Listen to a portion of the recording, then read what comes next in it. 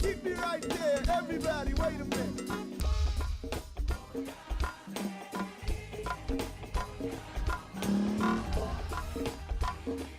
I mix what I like, what I like. I mix what I like is exactly where you want and need to be. I mix what I like, organic, vegan, soul food from your immediate diet. Live healthy. Live healthy.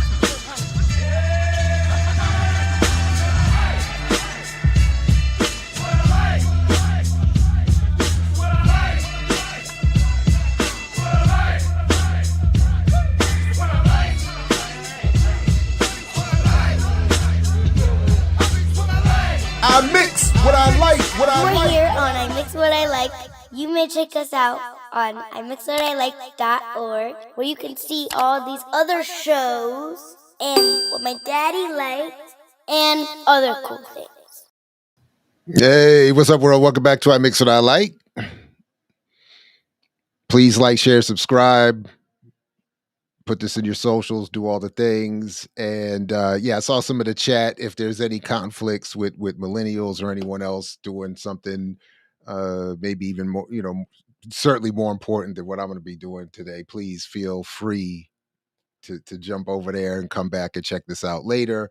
I don't pretend to be doing anything that serious, but my docket of unserious silliness is just getting so long that I figured, why not take advantage of this little bit of a window that I have to jump on. So peace, everybody. Good. Thank you to the undefeated chat and others and those who will see this later. Peace and welcome to you as well. And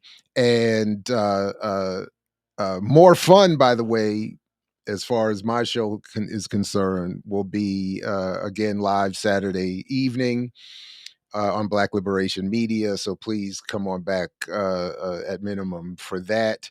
And everything I'm going to be talking about today and a little bit more is already in the show description. All these links, including to one of my favorite uh, old Black Agenda Report radio commentaries about repurposing Veterans Day in defense of political prisoners and appreciating Veterans Day, not for those of us who are also veterans of U.S. military adventures and imperialist adventures around the world, uh, but the more importantly, the veterans of the Black liberation struggle and other associated liberation movements. Those are the veterans of that ongoing war that we should raise up, if anybody, on these Veterans Days.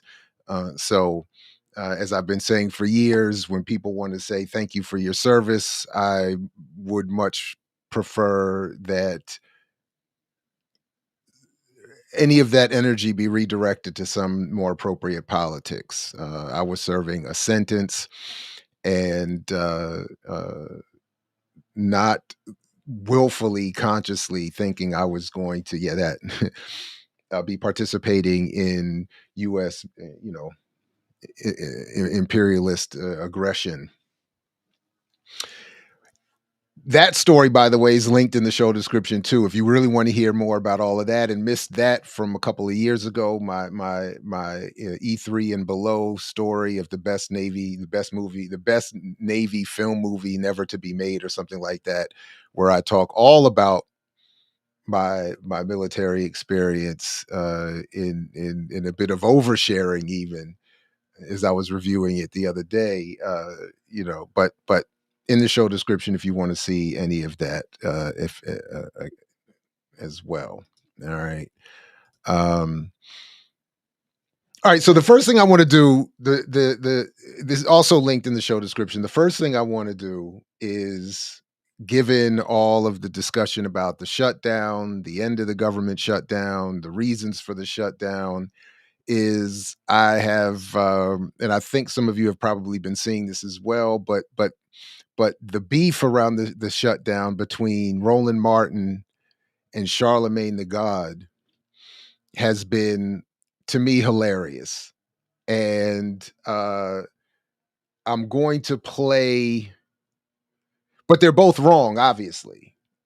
And the one point that I would like to make about why I think they and many others are wrong about why and where the appropriate focus and blame should be is that I, of course, think the blame, if we're picking a singular individual or a singular party, the blame for this shutdown in 2025, I think, still goes to the 2008 election of Barack Obama and the Democratic Party and their refusal to initiate and develop and impose, even as they alluded to and pretended to care about and sort of head faked as if they were going to do, which is to develop and produce universal health care.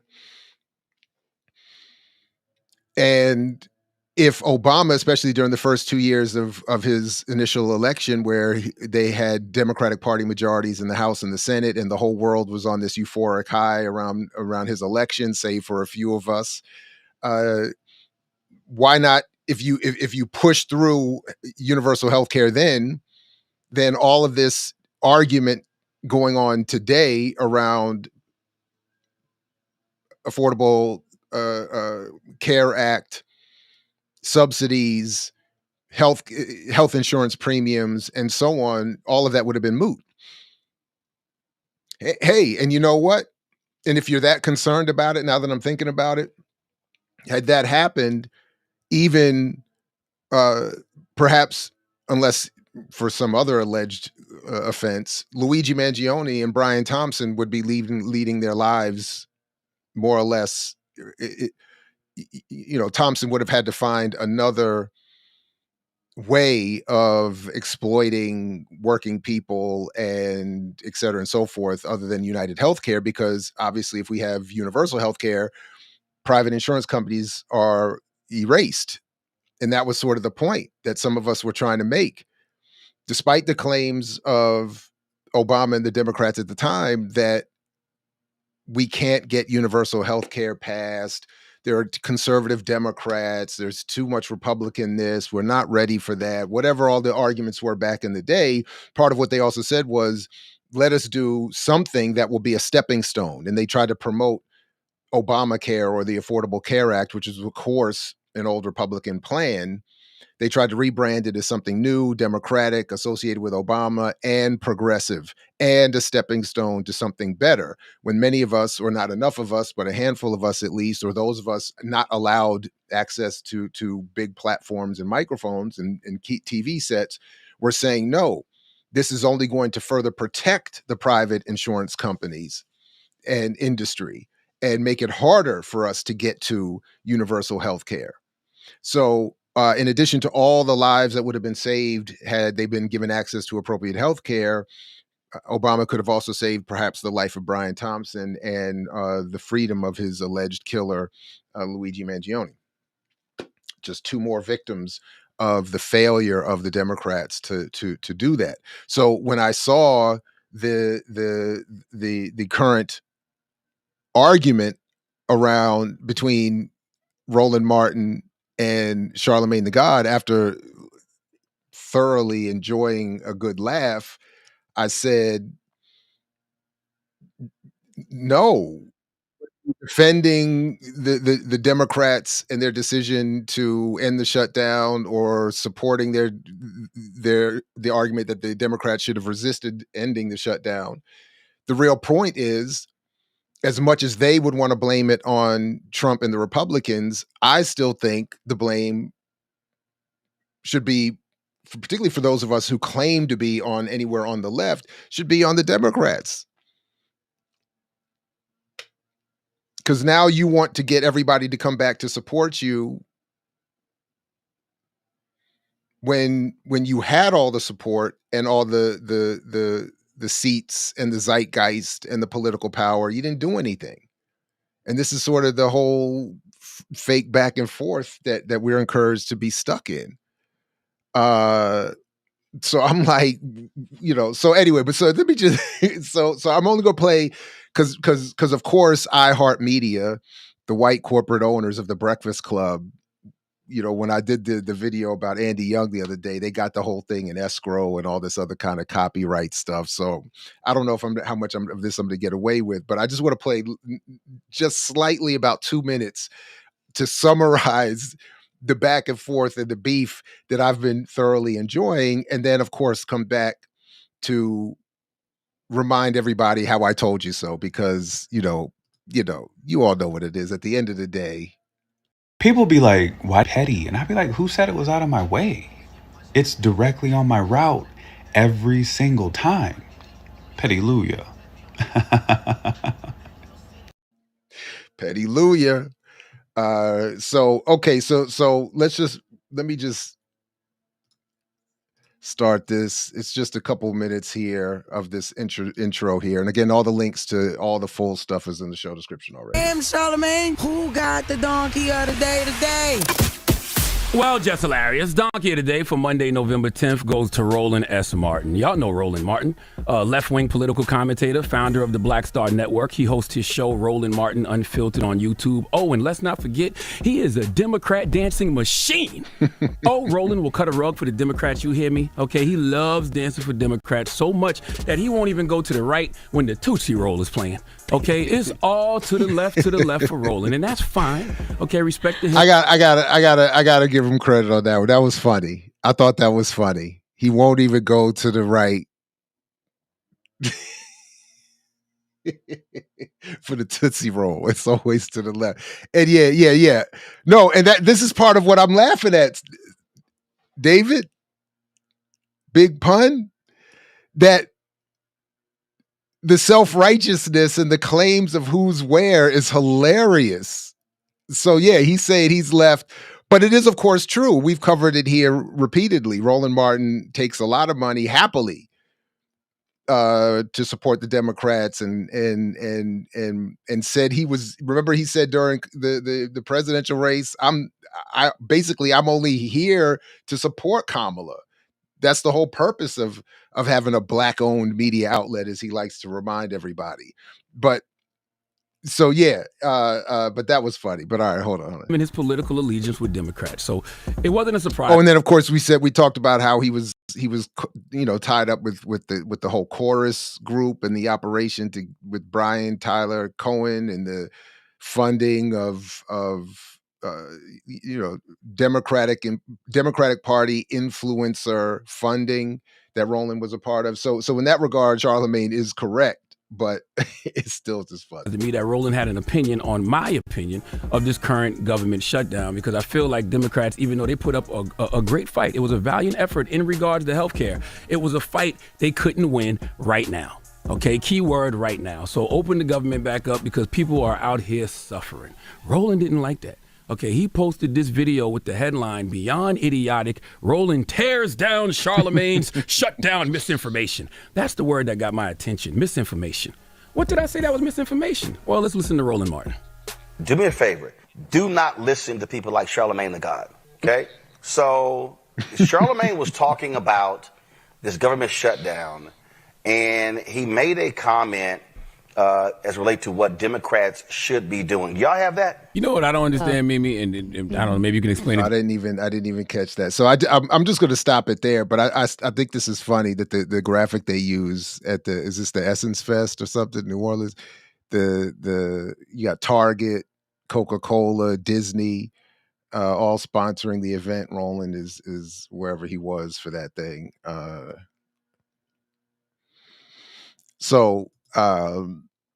So I just wanted to, and it was fun. I've watched a whole bunch of this stuff, and Roland likes to pull out the journalism card and say that he's a real journalist and these people are just entertainers, and they're not doing the service to the Black community and the audience that Roland is doing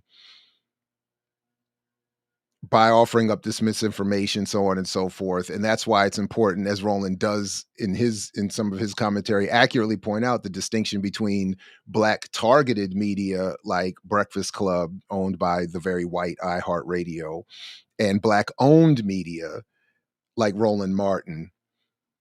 But Roland tries to paint the distinction that it's only Black owned media, which is Roland's claim, that can produce the accurate and honest news that Black communities need. And these entertainers doing Black targeted media are insufficiently prepared to engage in those.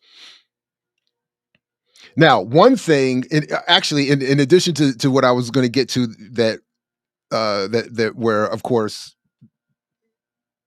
they're both wrong, and ultimately both of them end up supporting the Democratic Party, and neither of them are advocating actions that are going to produce the results that both of them claim that they want, which is more health care, more resources, and better conditions for the Black community. So that part is what made it funny. But one part that that Roland, of course, leaves out in his assessment of the difference between Black owned and Black targeted media is that in the commercial media environment in which we find ourselves here in the United States, where ad revenue determines content, algorithmic success, et cetera, and so forth, it doesn't matter if you're Black owned or not. The politics are going to be limited, basically, in terms of Black politics, between the range represented there between Roland Martin and Charlemagne the God, so-called.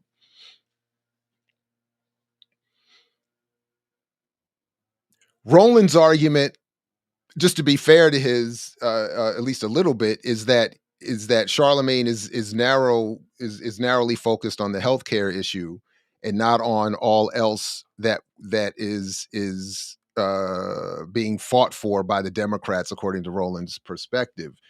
I don't recall how much he elaborated on that, because in the end they end up talking mostly about the healthcare and the premiums and on the Roland Martin side of things too. So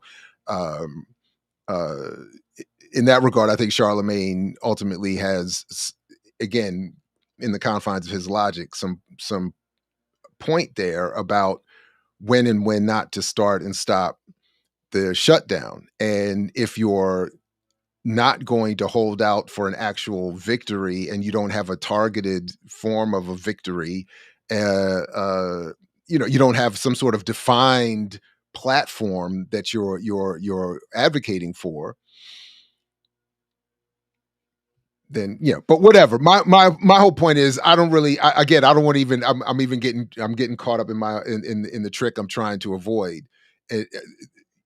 Because again, what I think is being lost here is that the Democratic Party is not the opposition it claims to be. And when it had a chance to do what it now says it's trying to do today, it didn't do it. But what Roland leaves out in just very quickly in this assessment of Black owned versus Black targeting is that, and this is just, and I no longer, by the way, my subscription to Advertising Age is not enough to get the reports I used to get every year that show the full expenditure of ad revenue in this country and around the world. Those reports are now behind $700 paywalls. So I just can't afford that. But what I can show you here is, oh wait, I can't do it from here. I gotta go in from my login. What I can show you is just at least enough to give you somewhat of an idea of what I'm talking about. So at around the last time I was able to access the full report, it was somewhere headed towards around $600 billion annually in all the ad revenue being purchased. And my point in that is to say, this is the ad revenue that everybody like Roland Martin and everybody in the commercial press is targeting with their content and with their promises in terms of black media of black buying power that can buy the products that are going to be advertised. And then they go on these campaigns to advertise with the black press. But in so doing, they also have to make sure that they're producing content that these advertisers are going to want to support. All right. So, the 50 biggest U.S. advertisers boosted spending on advertising and marketing services last year by 7% to $136 billion, according to Ad Age Brand Report 2025. That's just the 50 biggest advertisers. There's a couple hundred that ultimately comprise what will push that number to closer to 600 billion. But it's just 50 that are producing 130 billion in ad revenue in the last year. And when you go to these reports, it's just too much money now. The world's top 50 advertisers increased 2024 spending by 6% to 291 billion globally. That's just the top 50 globally. Amazon's worldwide spending went up to the number one ad buyer. Seven number of marketers that spent more than 10 billion on worldwide advertising and promotion, with 7 in 2024. 2024 U.S. ad spending growth for the top 50 U.S. advertisers was 7%. We just covered that. 6%, 6.6% is the 2024 worldwide ad spending growth for the top 50 world's top 50 advertisers.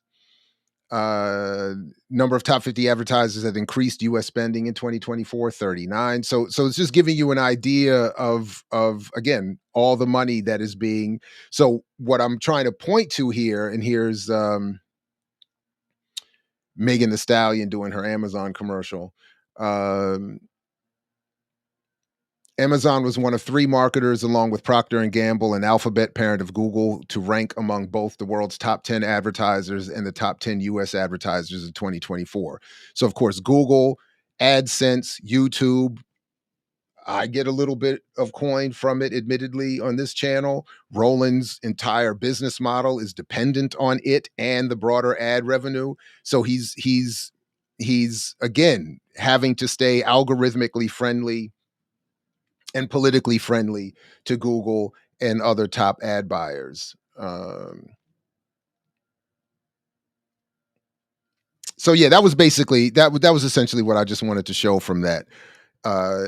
So when Roland is going after the Breakfast Club and saying you're only black targeting and I'm black owned, it's really a difference without a distinction at the end of the day, because if you're in commercial media and your business model is dependent on ad revenue, your politics are not going to be that much different. Than the range of politics is going to be wildly narrow. But again, just to recenter us back on the most important point, which is, of course, that I was right. I just want to play a couple of minutes from something that I did in April, just to prove this point and to sort of make the point. The link to the full video, if you're interested, is already in the show description. But question about, could you imagine if I had behaved the way Trump is behaving? Imagine if I had pulled Fox News' credentials from the White House press corps. You're laughing, but no, this is what's happening. Imagine if I'd said to law firms that were representing parties that were upset with policies my administration had initiated, that you will not be allowed into government buildings.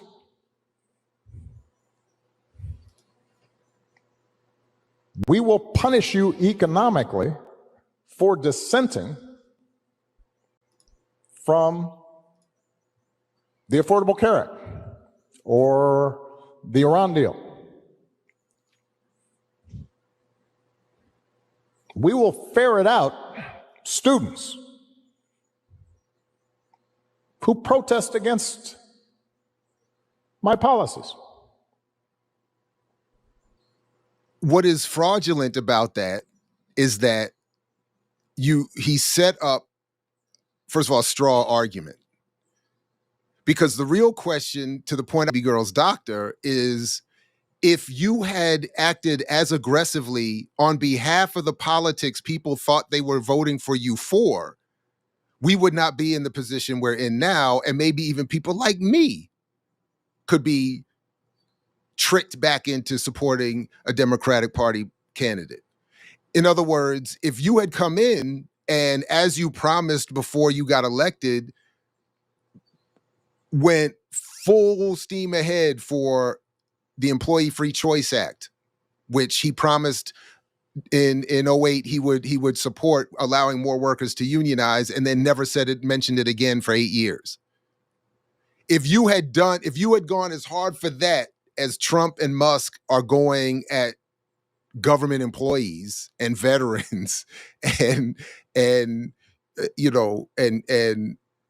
tariffing even islands with no humans on them, if you had done that, if you had actually not drone strike killed children, if you had redistributed the military budget so that everybody had actual health care instead of doing a Republican plan that Nixon types championed years ago and then rebranded Obamacare and guarantee by mandate private insurance, if you had done universal health care and said, you know what, everybody has health care, and if you don't fully give medical attention to anybody that shows up at your place of medical care, I'm going to use the full extent of my office to crush.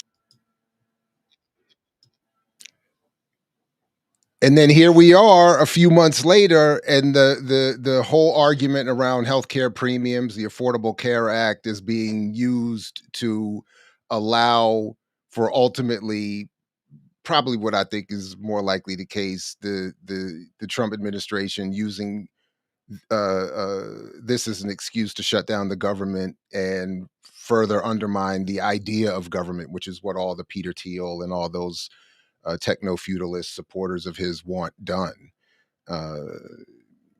Meanwhile, their private businesses are largely or differently affected. But as others have pointed out, all of the crisis that is happening to working people and poor people is creating more money and stock value for the rich. So they don't, But so that's my point. So I just for whatever little bit, I just like the idea that I could at least just put it out there and feel like, at least somewhere outside of my house and in my classes, we can raise these questions. And obviously it's not just me, in these, I just want to echo and support to whatever extent possible, the reminders that some of us are trying to offer, that let's not lose sight of what's really going on here and what we're being encouraged to not only develop as an analysis of the situation, but to do about it. That is, in this case, just go back to the Democrats in a couple of years, or in the midterms, or both, or whatever. So we need to develop many more alternatives to that. Okay. All right. Very good. Moving right along. Please, everybody, like, share, subscribe, support the platform, do all the things, put this in your socials, and if there was something wrong with the stream, my bad. I'm not oblivious to it, but I am, largely a one-man operation. So provide triggers for evolution, provide some triggers for supporting the host. What am I missing? What you didn't have sound?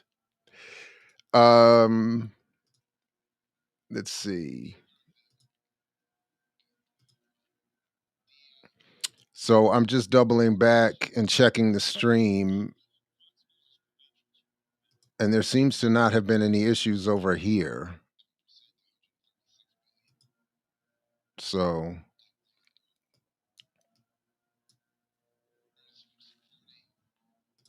So yeah, I'm not sure what. Yeah, I mean, come on, you know what I'm saying? You know what I'm saying? If you're not going to listen to this Jared, listen to the better Jared tell you the same thing.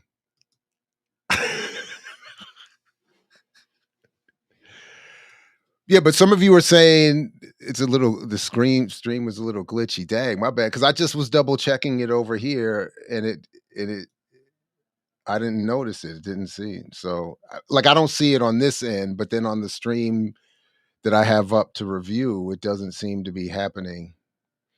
So I don't know.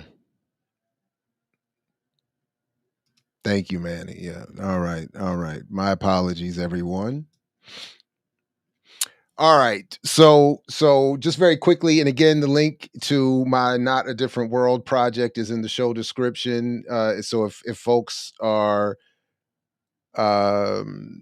or have ever been attendees at an HBCU as a student or worked as faculty, staff, administrator, or have been parents of HBCU students, the project is for you.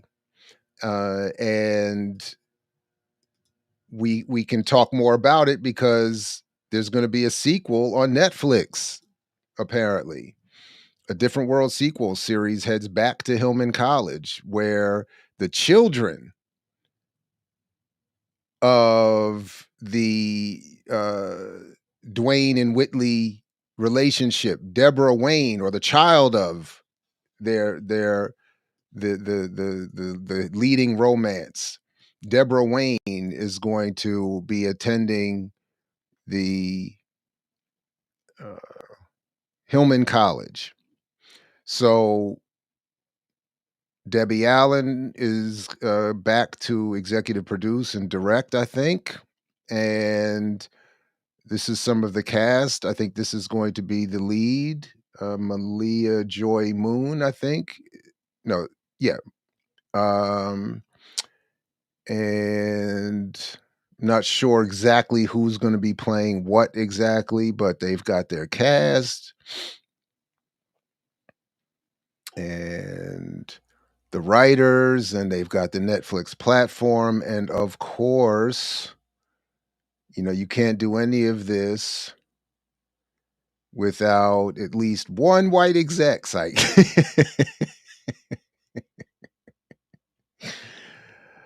And I forgot what shows she's worked with, but she's worked with a number of shows, and I think at least one of them was black. But in any event, so there it is. So A Different World, which has been argued to have had a lot to do with an uptick in HBCU attendance, is coming back. I'm definitely going to watch. The Vernon philosophy never fails. At times, though, I and we fail to apply the Vernon philosophy, and that's where we run into some trouble. Their 35-year-old child. You know what? I didn't do the math on that. What would their so how old would the wait a minute? I mean, that's not necessarily, right? Because when did the show go off the air? In the mid 90s, right? Hold on a second. That's funny. When did A Different World go off the air? Let's see real quick. Should be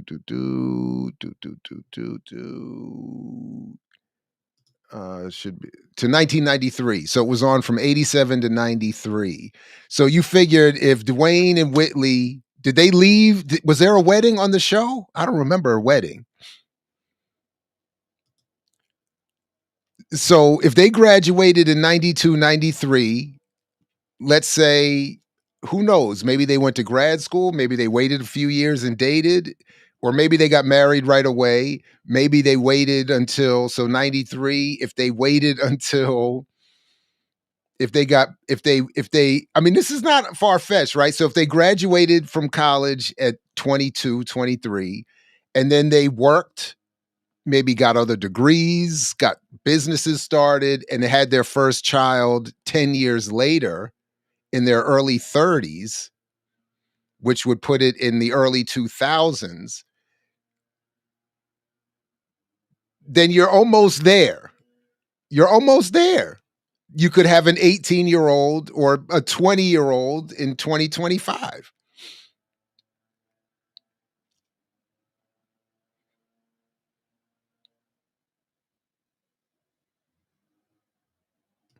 Yeah, I don't remember. I got to go back. Dwayne crashed Whitley's other wedding. Okay, all right. So they might have taken some time to get. They might have waited a while. Had kids later in life.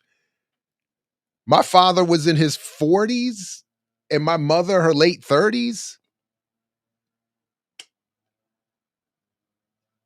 And look at this perfect package of joy that they got. So you never know. The kid, it could work. It could work. So I'm excited. I'm excited.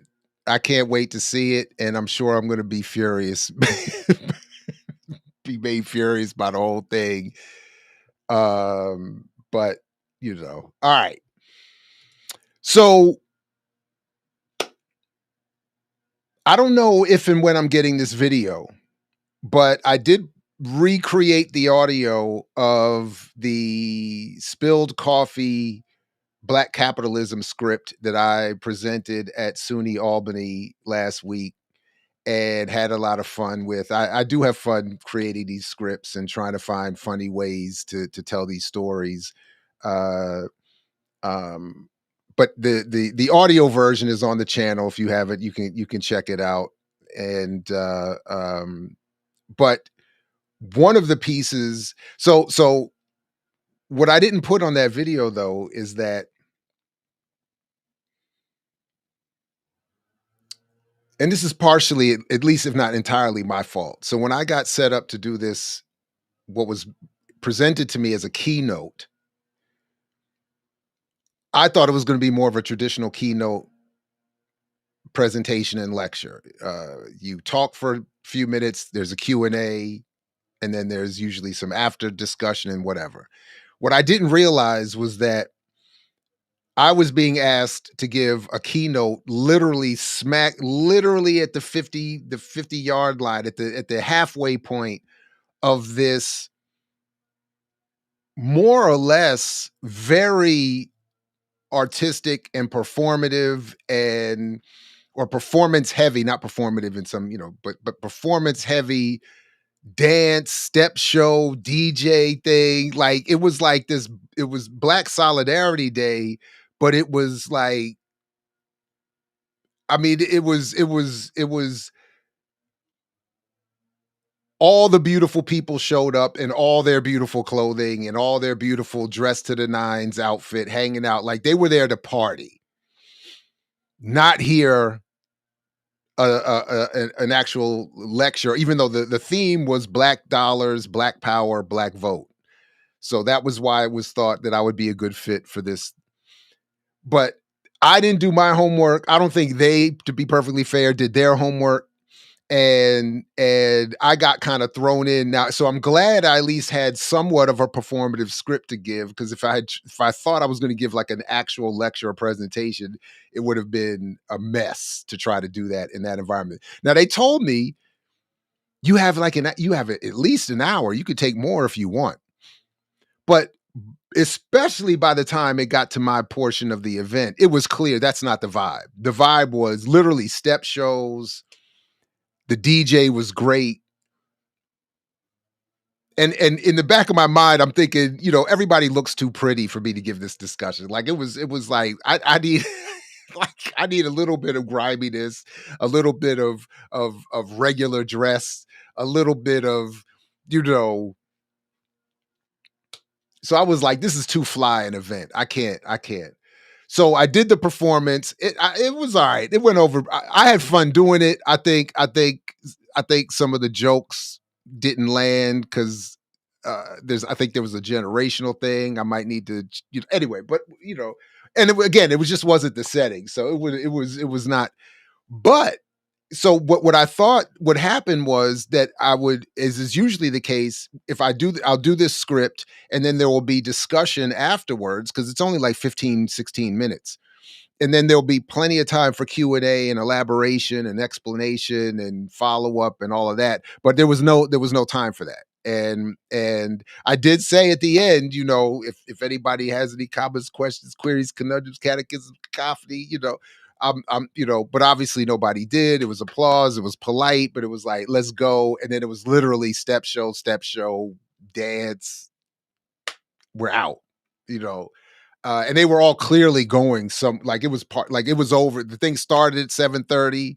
Like it was supposed to start at 7. It started at 7:30 and we were done by 8:30. And I took 15 minutes. So you kind of have an idea. And they were like, and you could say everybody was ready to go. And you could feel the vibe. It was like, it's party time. Let's go. 8:30. We about to get out into the night. So, but one of the pieces that I wanted, that had inspired my reference in the script to Kevin Hart and his doing DraftKings commercials is because of what I'm also having a popcorn moment with is all the gambling crises that are going on. So I want to play this little segment of this recent CoffeeZilla video. That the link is in the show description. The whole thing is really, really good. And it goes through a variety of these gambling crises and tries to, connect the thread. I'm not getting into all of that. I'm on a much more narrow and petty mission with mine. So which is self-evident. So I'll just pull this up here. Play a minute or two of this. You can say he's wrong for saying that. He's a bad person for saying that. But the reality is, this is why gambling is winning. The casinos have so much money, they are buying people's souls. Even people who kind of admit gambling's kind of bad. Put enough money on the table, and Nadeshot says, hey, fuck them kids. And by the way, speaking of fucking them kids, let's talk about Drake. Wow. W's in the shot. It isn't just streamers or influencers taking deals. It's the biggest rapper on the planet. He signed a reported $100 million deal recently with Stake, the crypto casino, which is wild. There's really no endorsement deals like that anywhere else that hit crazy. Those kind of numbers. And just like Nadeshot, Drake wants you to know that, even though he's taking the money, gambling isn't for everyone. Recently, he posted an $8 million loss, saying, gotta share the other side of gambling. Now, maybe some of you think that's brave, but to me, I see that and go, Drake, that is the only side of gambling for most people. If any normal person lost $8 million, their life is over and their legs are broken. You're the only one with another side to this whole thing. Where, to be clear, that other side is reportedly getting paid $100 million. And to be clear, it's a lot of people taking these deals. I'm not trying to single anyone out. Let's also take Kevin Hart, right? One of the world's smallest comedians. He pushes DraftKings. And this one I find really bizarre. Do me a favor, man. Go to the DraftKings app. Look at what I'm betting on. Look at why I'm betting on. Place your bets. All the action is here. DraftKings, Kevin Hart. I'm not even going to ask why Kevin needs you to get on DraftKings and bet. The fact is he's worth a reported $450 million. But the real thing I find so gross about this is that Kevin Hart has gone on podcasts and talked about the need for financial literacy. He talked. Message. Within our community is knowledge. We don't know. Debt is welcomed because it's celebrated. That's all we know. The knowledge isn't given. So it's not till you obtain that knowledge and understanding that you go, oh, shit. Oh, this is why you put money up. This is how you increase versus decrease. Oh, this is how you earn on your money. Oh, wow. I can gain wealth by investing in what? The stock world is what? How many people partake in the stock world? And is there a part that isn't necessarily gambling? Is there a low risk part? The information isn't there. Yeah, the information isn't there. Maybe you get your money up by using your relative celebrity to sell grifts to your audiences. Because remember, and I'm happy to be checked on this. I remember it's at least 10 years ago now that when DraftKings was early on. Remember they had that scandal where DraftKings employees were rigging the algorithm or manipulating what they learned from inside information to make bets and win. It's rigged. And then if you pay attention to these apps, it's even worse. If you start to win, DraftKings, FanDuel, the dog one, or is that FanDuel? Whatever. The underdog bets, I think it is. If you start winning, they don't pay. They reduce your ability to gamble. Sometimes they don't pay out.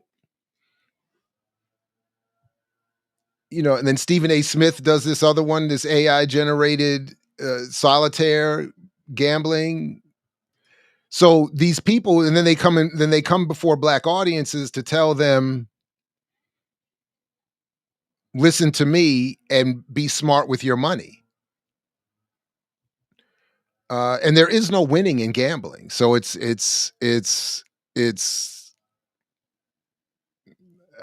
just bizarre.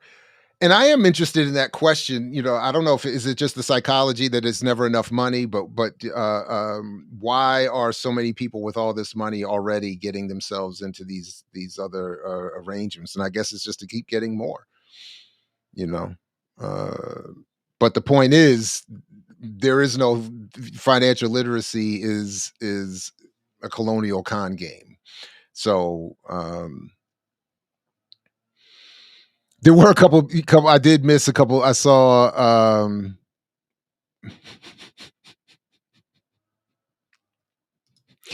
Exactly, Chitty Botcha. This is the what I was looking for. If I'm making Calgon references, I shouldn't be trying to tell jokes in front of any young people. That is a fact. And no, and by the way, I see it wasn't the Divine Nine stepping. It was other dance groups that they had there. That were African diaspora dance groups, but they were stepping, but they weren't the Divine Nine per se. So peace. So yeah. So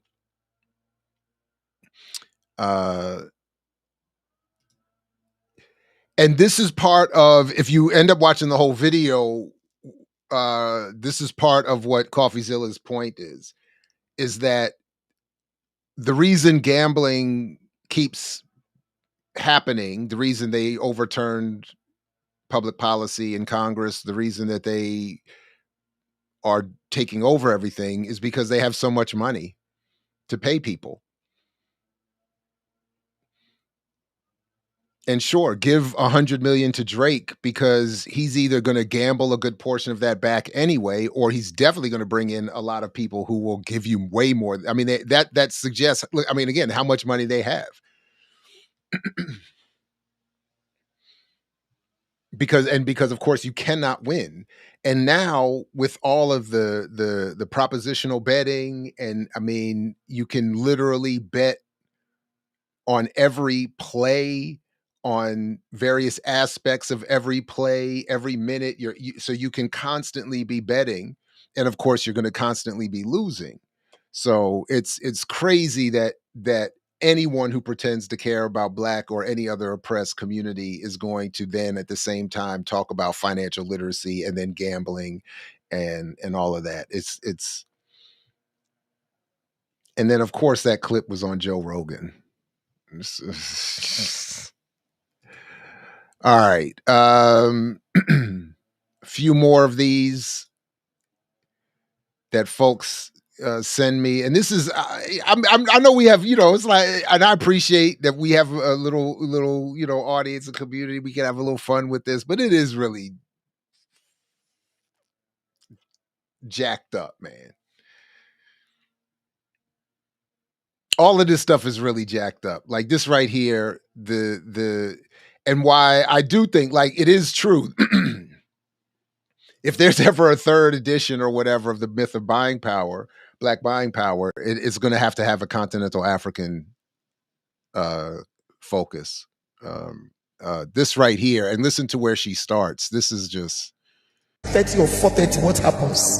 You tie towels and praying in tongues. Get a shop.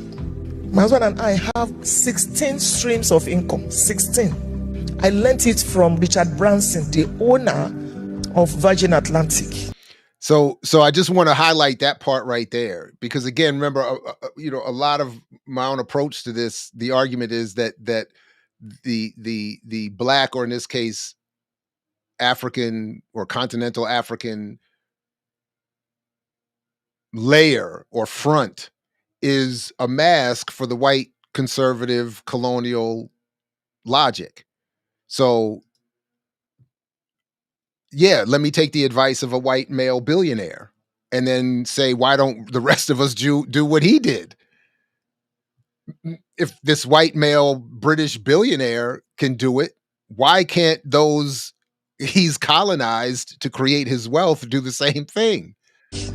He said, I'm not aware that there is recession in the world. I have 100 streams of income.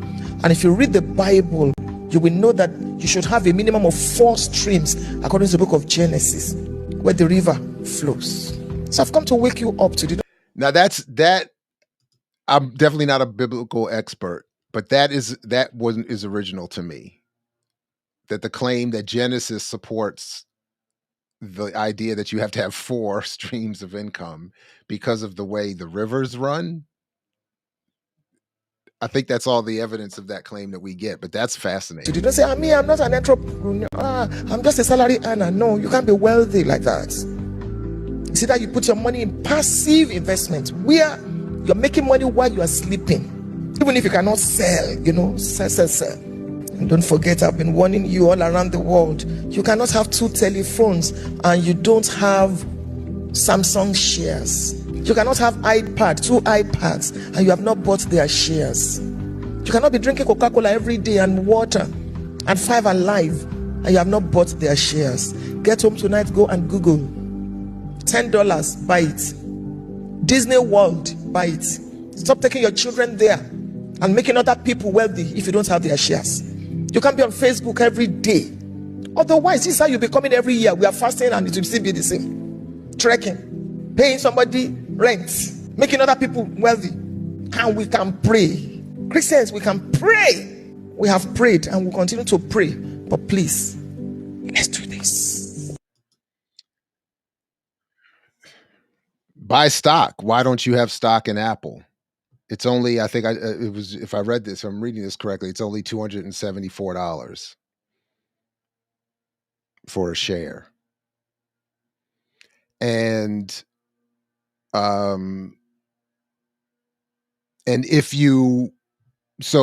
I'm reading that correctly, if it's $270, $75 for a share of Apple stock, 2-3 shares worth is what they basically charge, maybe 4 shares for a phone these days. You get yourself 4 shares of stock instead of the phone. And I don't even know if that would allow you to earn enough to buy another phone, having only 4 shares of Apple. But again, as I've pointed out, stock is accumulated and consolidated. So there is this idea that you're going to buy stock and catch up. It doesn't make any sense. So you think you're going to catch up to, anyway, whatever. But so yeah, we need a different form of Pan-Africanism and African unity, and we need a different form, and we need and definitely the work around here being done critical of financial literacy definitely needs a diaspora component, or I need to find the people already doing it. To the extent that anyone approaches it in this particular way through the question of buying power. I mean, obviously there are plenty of, maybe not plenty, but there are critically radical, continentally focused researchers. So, but I am not aware of the particular buying power approach being deployed there. All right, a couple more here before we wrap up. But and I'm definitely not even going to play this one very long at all. I just want to play the setup. The link to the thing is in the show description, but it doesn't take long to see the madness on display here in this Forbes Your 2026 Financial Playbook, 5 actionable steps for a richer year. Unfortunately, I did watch it. It's all the same nonsense that we, get your credit score up, get your, financial literacy, all of that stuff. But I just want to play the immediate frame. We're not going to bother ourselves too much with John Hope Bryant, who I called Jamal Bryant consistently in that recent video. But John Hope Bryant, we're not gonna deal with him. We're not even gonna get to him. Just listen to how it opens up. Now for our next conversation, please welcome Wemimo Abbey, co-founder and co-CEO Esusu.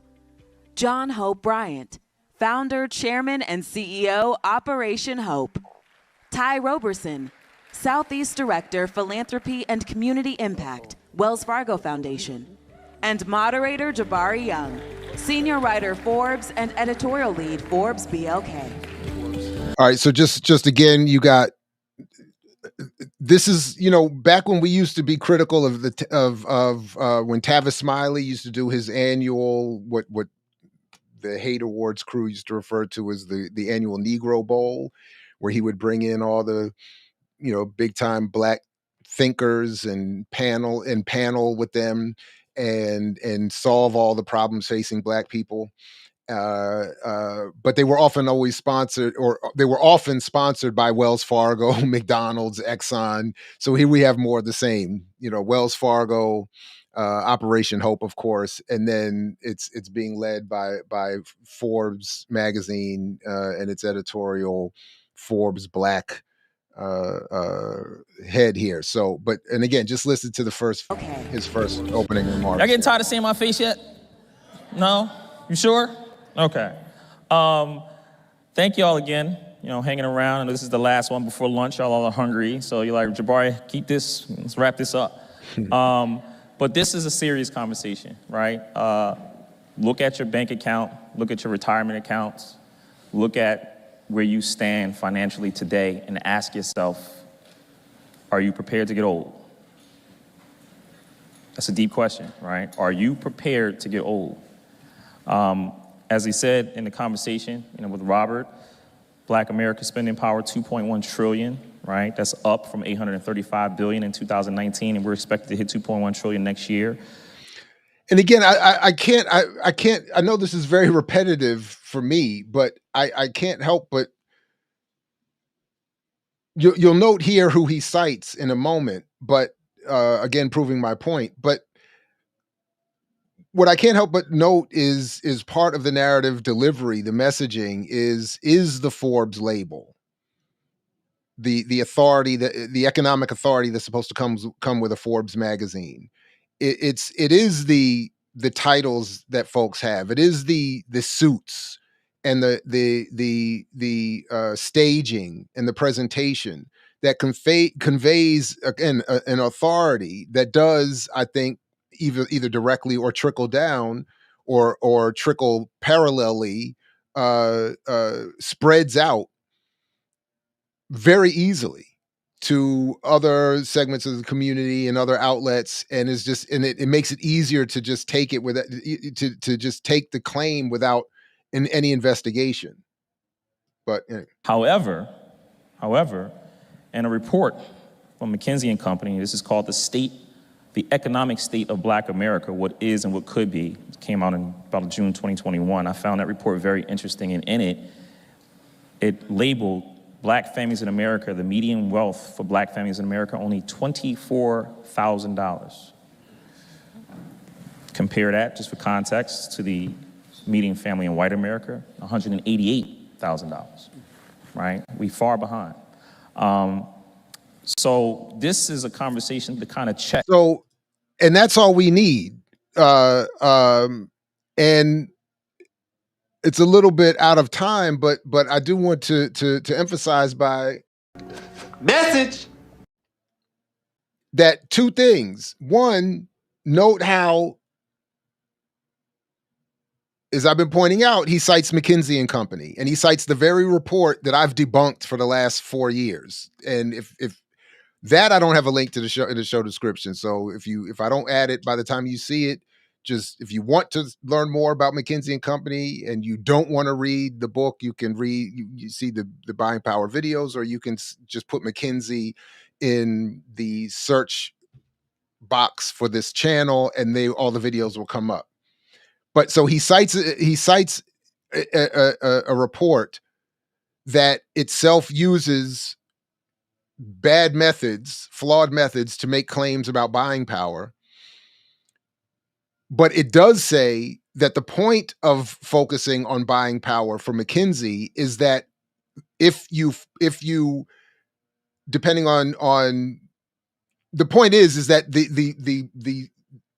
the buying power of the Black community is a benefit to the broader economy of the country. So Forbes, McKinsey, other elite white institutions, the federal government, the ruling elite, they're not threatened by all this talk about Black buying power, because all it is a representation of flawed, symbolic representation of Black America's ability to enrich the white owners of the economy. So he, of course, doesn't explain that in his citing of the McKinsey report that he says he read and was so fascinated by, but he misses all the key points about it. Secondly, the purpose of me saying message is that he then, in his the very conclusion of his intro, debunks the whole myth and claim around buying power by stating Black wealth is in effect nothing compared to white wealth. So why are we on the one hand saying, hey, we have all this buying power, and on the other hand, in the same intro and at the end of the same, we have no wealth? Why? Because, as I've continued to argue, buying power is not a measurement of any kind that's real. It has nothing to do with income or wealth. And the actual economic condition of the community is headed to a complete collapse, as is the case with basically everybody. So, and then of course it's just followed up with a whole bunch of the same consistent nonsense that we get in defense of Black capitalism around what Black people aren't doing and could be doing better if they were somehow more financially literate. By the way, and shout out to Sudeep Bhattacharya, who I'm working on this project. We just met today, and one of the things that came up as we were both discussing, he's watched more of it than I have at this point. I do have to catch up, but this ridiculous series by Keke Palmer, Southern Fried Rice. In the first 5 minutes of the first episode,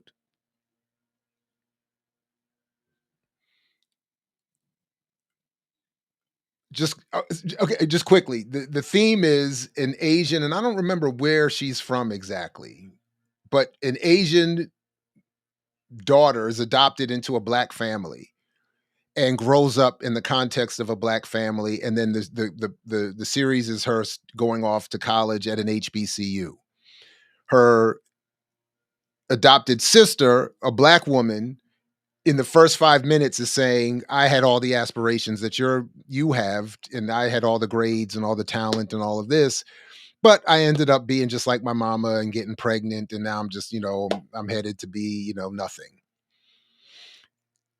the point that Sudeep and I were getting at is that in the first 5 minutes, they're making the argument that is often associated with the claims against Black people that John Hope Bryant and others have made themselves, that Black people are just somehow culturally, somehow inherently at this point, innately at this point, incapable of getting the memo.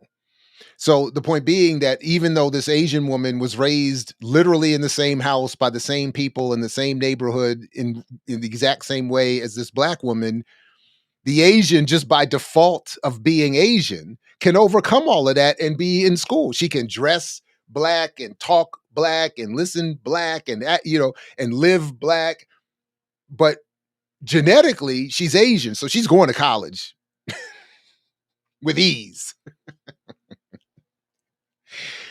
So it was just wild. It's just wild that all of this is done instead of anybody being able to access major outlets like that, of course, by design, and say, no, this is not because you don't have good financial literacy. It's because it's by design. It's exploitation. And I think you're right, Silberg. This is right. Soul Food would have been a much better title. That's fly. That somebody call Keke Palmer and tell her to change the name of her whack ass show.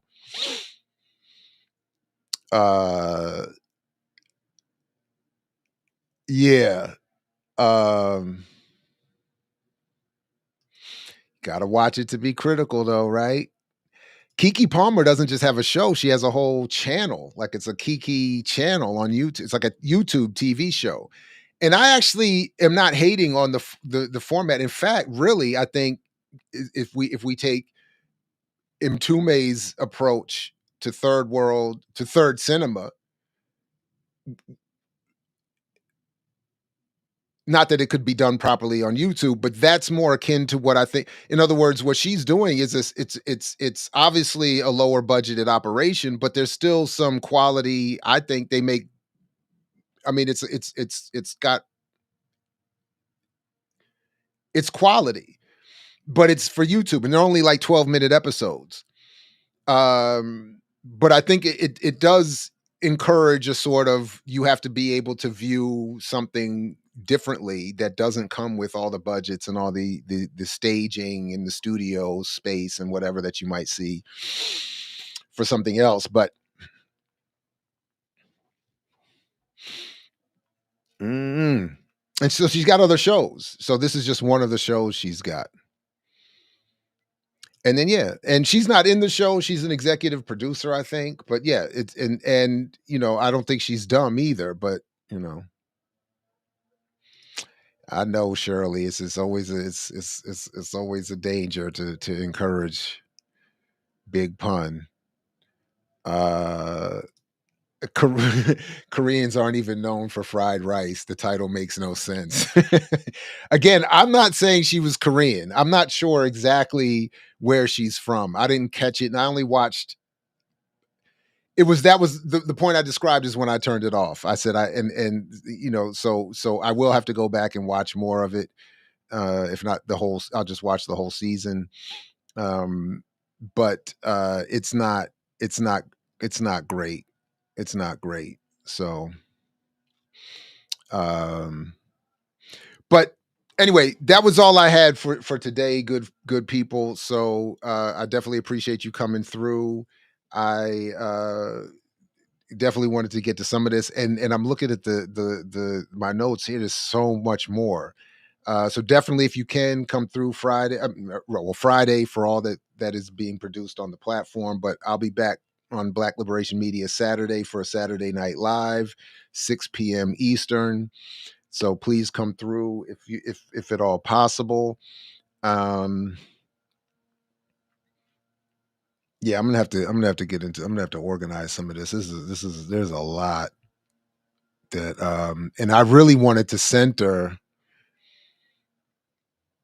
the Earn Your Leisure and Khalees in Kenya. So we got to watch some of that. That's going to be fun.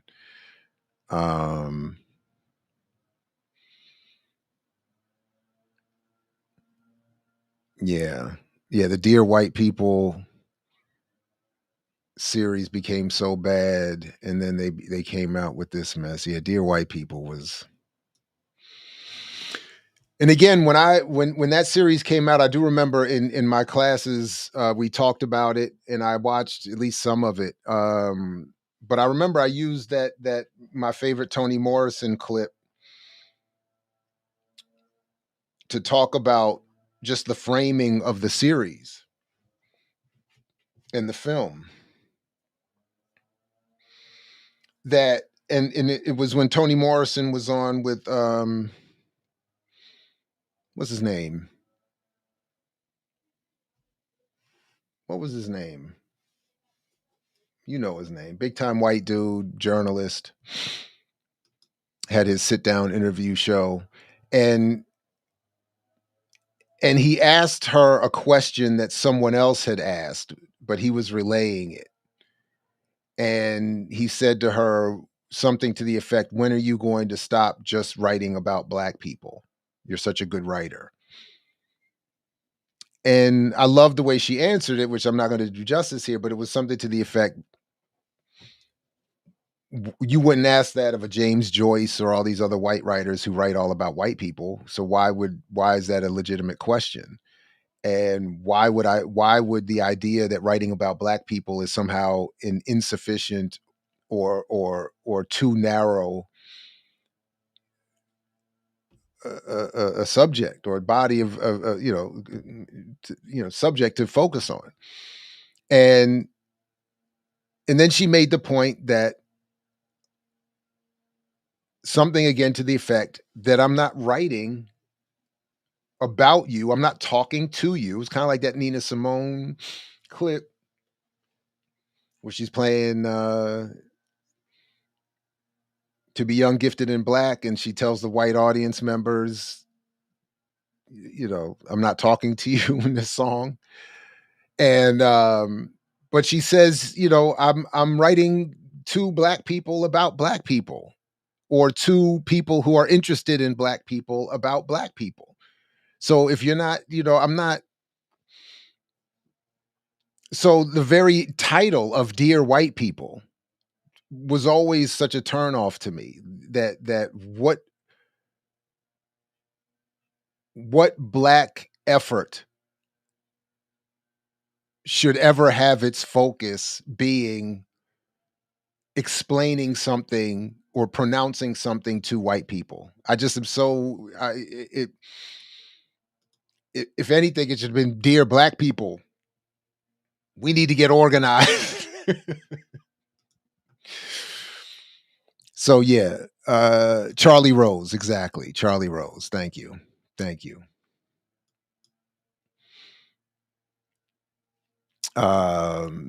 Yeah, Charlie Rose. So no, I don't think I'm gonna watch that, to be honest. John Hope Bryant on 85 South. I can't see that. I can't see that.